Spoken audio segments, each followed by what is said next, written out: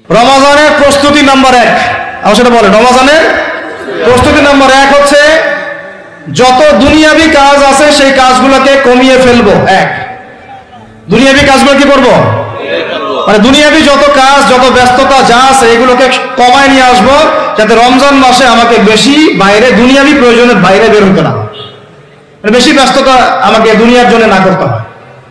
মনে করেন যে আপনি চাইলে এখন যদি সামর্থ্য থাকে রমাদান এবং ঈদের বাজার করে রাখতে পারেন, কারণ লাইলাতুল কদর নষ্ট করে ঈদের বাজার, আর রমাজানের অনেক রুহানিয়াত নষ্ট করে দেয় দুনিয়াবি বাজার ঘাট, তাই না? সবার সামর্থ্য হয় না, সবার সামর্থ্য হয় না, কিন্তু বড় বড় যে বিষয়গুলো আছে, বড় বড় খাবার, মৌলিক খাবার, এগুলো আপনি 2 মাসের জন্য বাসায় রাখতে পারেন যদি সামর্থ্য থাকে।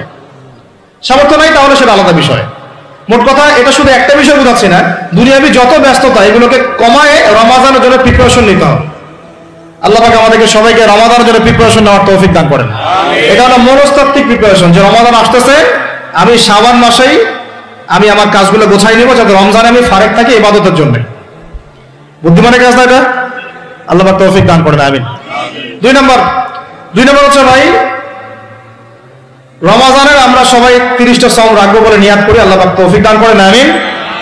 কিন্তু এখানে একটা কথা, 2 নম্বরটা হচ্ছে রোজা রাখার মতো রোজা রাখতে হবে। কি বললাম বলেন? রোজা রাখার মতো রাখতে হবে। এটা কেন বললাম, কেন বললেন ভাই? উত্তর দিচ্ছিস। উপোস থাকা, না খেয়ে থাকা আর সওম রাখা এক জিনিস নয়।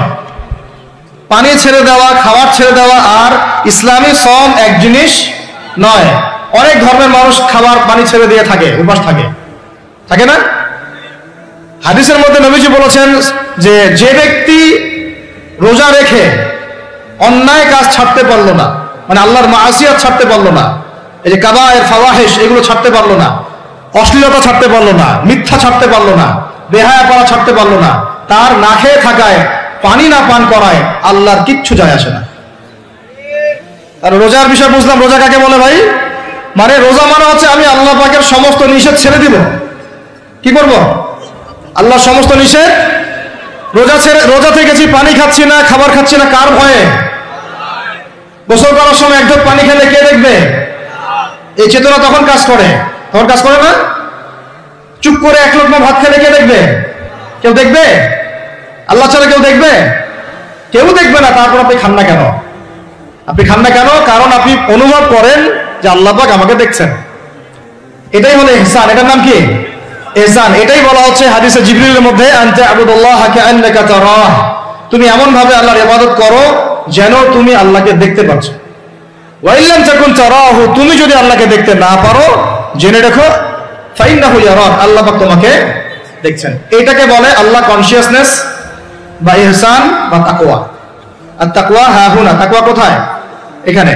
আপনি সওমের আয়াতটা পড়েন, কুতিবা আলাইকুমুস সিয়াম কামা কুতিবা আলাল লাযিনা মিন ক্বাবলিকুম লাআল্লাকুম কি তাত্তাকুন, তোমাদের উপর সওমকে ফরজ করা হয়েছে ঠিক যেমন করে আগের উম্মতদের উপরেও করা হয়েছিল। উদ্দেশ্য হচ্ছে লাআল্লাকুম তাত্তাকুন, যাতে করে তোমরা তাকওয়া অবলম্বন করতে পারো। তাকওয়া মানে আল্লাহ কনসিয়াসনেস, এই যে আমি খাচ্ছি না, পান করতেছি না, আমি বিশ্বাস করি আল্লাহ আমাকে দেখতেছেন, এই তো।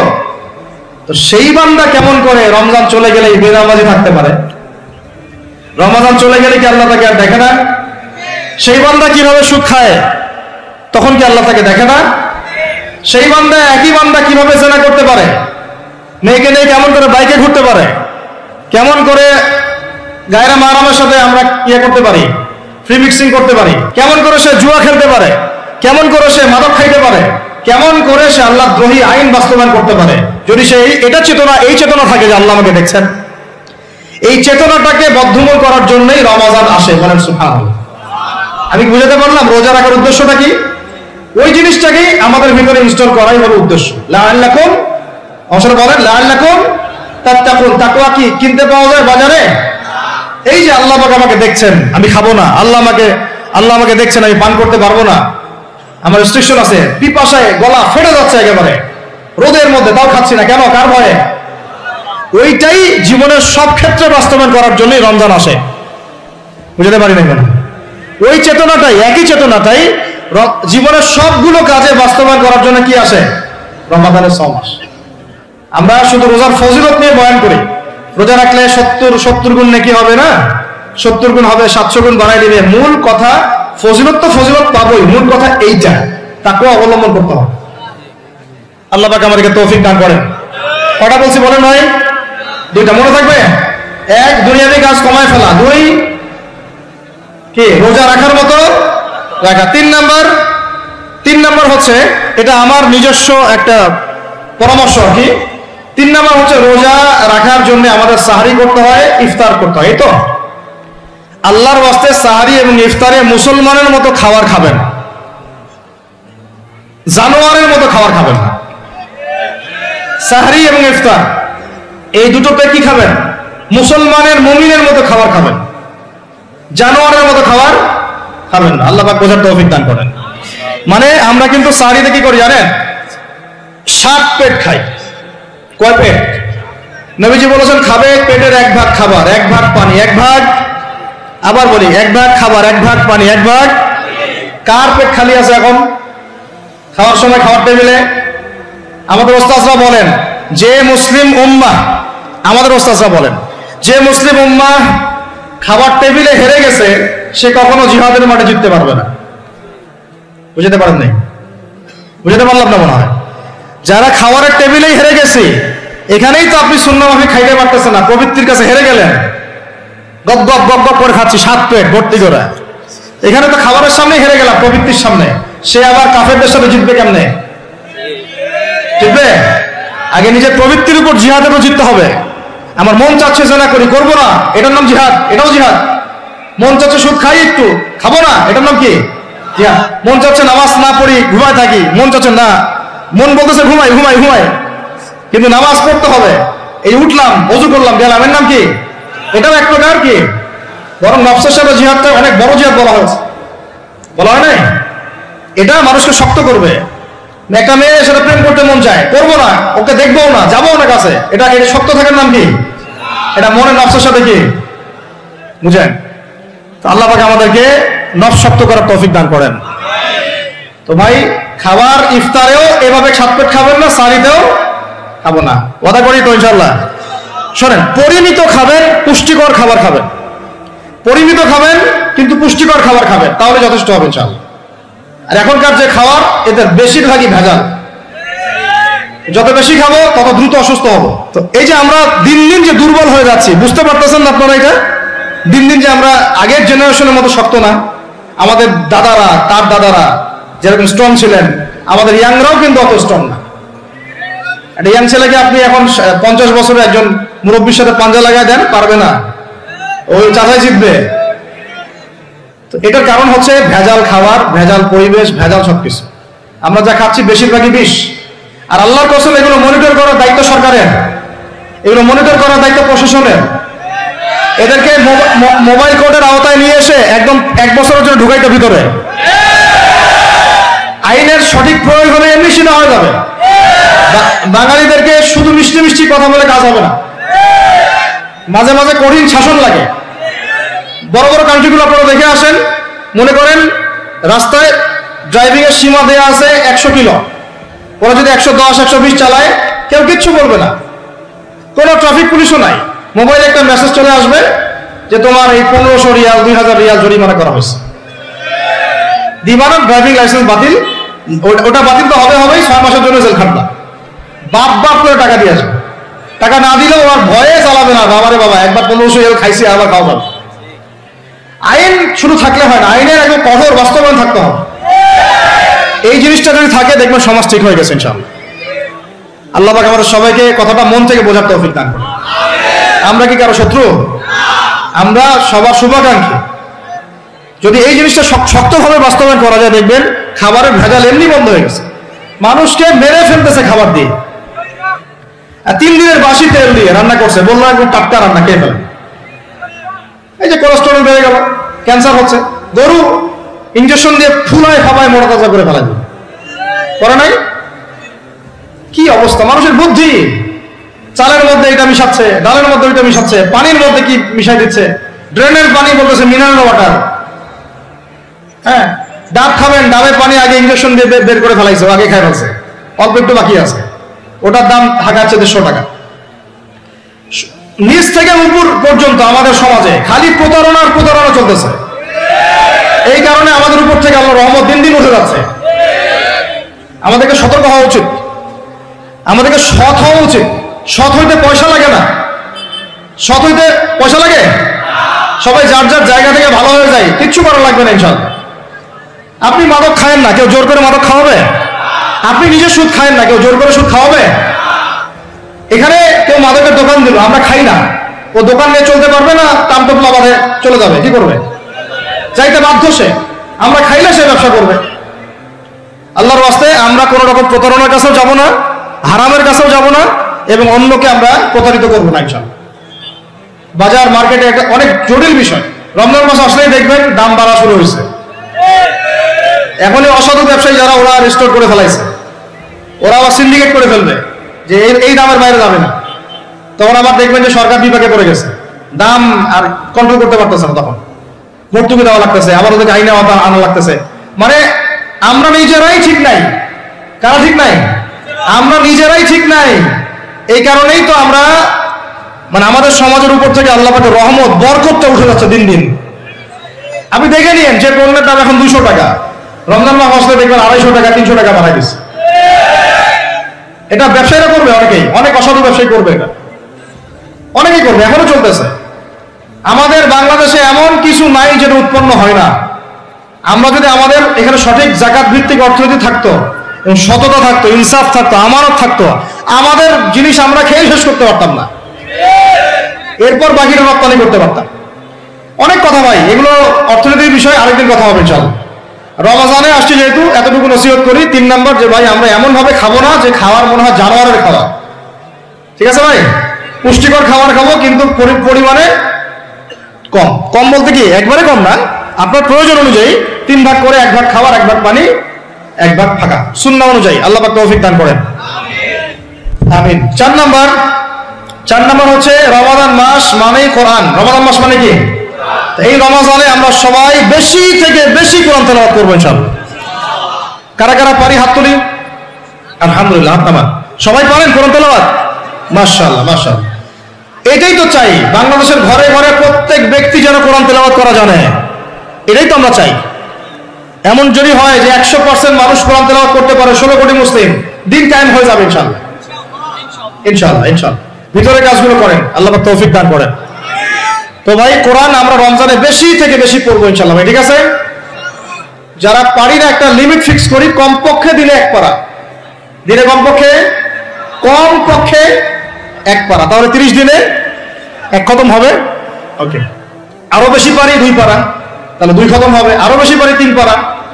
এমন আমাদের ইমামদের যুগে, আমাদের 4 ইমামদের যুগে, সলফে সালিহিনদের যুগে প্রতিদিনই 1টা করে খতম দিতেন তারা। সুবহানাল্লাহ। তাদের সময় আল্লাহ বরকত দিয়েছিলেন, সুবহানাল্লাহ। সারা রাত জেগে তেলাওয়াত করতেছেন, নামাজ পড়তেছেন, দিনের বেলা তেলাওয়াত করতেছেন। রমজান মাস হচ্ছে কোরআন নাজিলের মাস।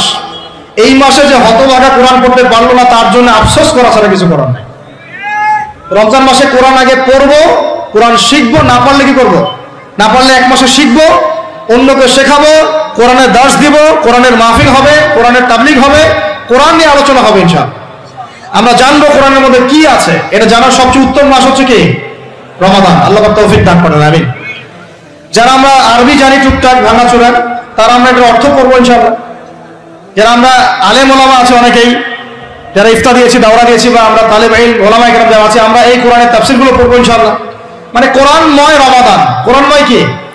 এবং চেষ্টা করবেন, আমার খুব ইচ্ছা হয় যদি আল্লাহ পাক আমাকে ক্ষমতা দিতেন, তৌফিক দিতেন, আমার ইচ্ছা হয় যে রমজান মাসে বাংলাদেশের যত মসজিদ আছে সমস্ত মসজিদে কোরআন শিক্ষা ফ্রি হয়ে যাবে।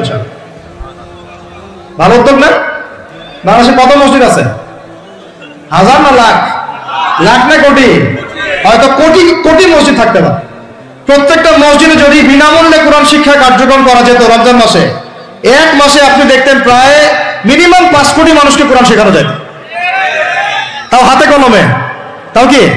হাতে কলমে। বই দেওয়া হতো ফ্রি, আর ওই যারা টিচার ক্লাস নেবে ওদেরকে বেতন দিব, ভাতা দিব সরকার থেকে। দেওয়া যায় না? দেওয়া যায় না? আচ্ছা, যদি গভর্নমেন্ট নাও দেয়, আপনারা জাকাত থেকে দিতে পারেন, সদকা থেকে দিতে পারেন, পারেন না? নিজেদের পকেট থেকে দিতে পারেন, নিজের ব্যবসা থেকে দিতে পারেন, এলাকা ভিত্তিক দিতে পারেন, কত উৎস আছে না? যদি এভাবে প্রত্যেকটা মসজিদ থেকে কোরআন শিক্ষা কার্যক্রম চালু করা হয় রমজান মাসে, আমরা দোয়া করি আল্লাহ পাক যেন এই কথাটা পৌঁছে দেন উপরের লেভেলে, তারা উদ্যোগ নেয়। জানি না উদ্যোগ নেবে কিনা, আমাদের দায়িত্ব পৌঁছে দিলাম। তো অ্যাটলিস্ট যদি সবগুলো মসজিদ নাও হয়, প্রত্যেকটা এলাকায় যদি একটা করে মসজিদও হয়, তবুও দেখবেন কয়েক কোটি মানুষকে কোরআন শেখানো যাবে ইনশাআল্লাহ। কোরআন ছাড়া এই জাতিকে আপনি ফিরাতে পারবেন না। কোরআন ছাড়া এই যুবকদেরকে মাদক থেকে ফেরানো যাবে না। কোরআন ছাড়া এই যুবকদেরকে জেনা থেকে ফেরানো যাবে না। এই টিকটক প্রজন্ম হয়ে এরা নষ্ট হয়ে গেছে, শেষ হয়ে গেছে। বাংলাদেশে আশঙ্কাজনক হারে এখন জেনা, ব্যভিচার, পরকীয়া এগুলো বেড়ে গেছে। মাদক দ্রব্যে কি ছয়লা, এই যে গুন্ডামি, মাস্তানি, ছিনতাই কারা করতেছে? যারা ইয়াং ছেলে পেলে এরা করতেছে। এদেরকে ফিরাইতে হলে কোরআন ছাড়া কোনো গতি নাই।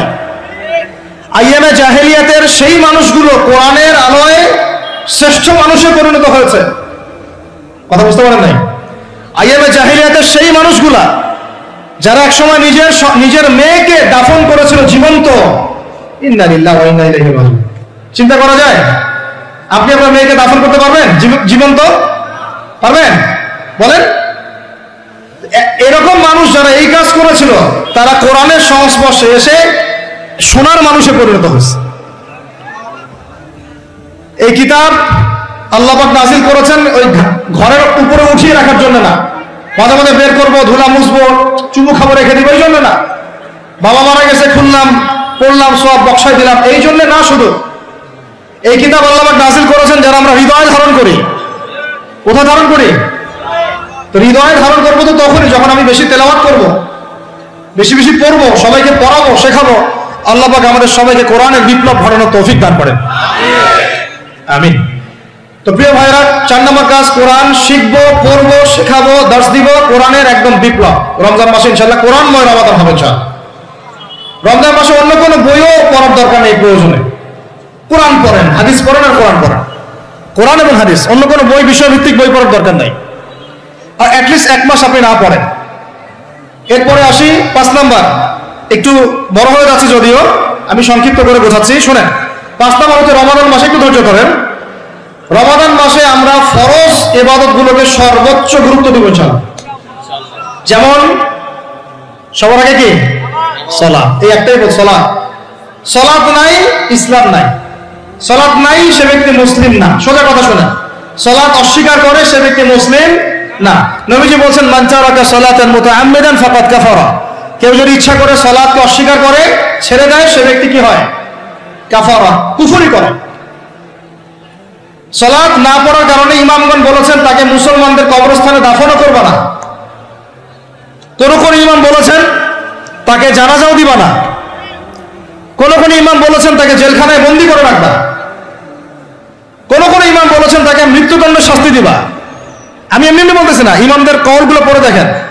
নামাজ না পড়াটা যেমন তেমন পাপ না তো, ইচ্ছা হইলে পড়লাম, ইচ্ছা হইলে পড়লাম না, এমন না। যারা নামাজি তারাও যদি নামাজে সচেতন না হয়, তাদের জন্যও শাস্তি আছে। নাউযুবিল্লাহ। ফাওয়াইলুল লিল মুসাল্লিন আল্লাযীনা হুম আন সালাতিহিম সাহুন আল্লাযীনা হুম ইউরাউনা ওয়া ইয়ামনাউনাল মাউন। এখানে বলা হচ্ছে মুসল্লিদের জন্য দুর্ভোগ, যে মুসল্লিরা নামাজ সম্পর্কে গাফেল, উদাসীন।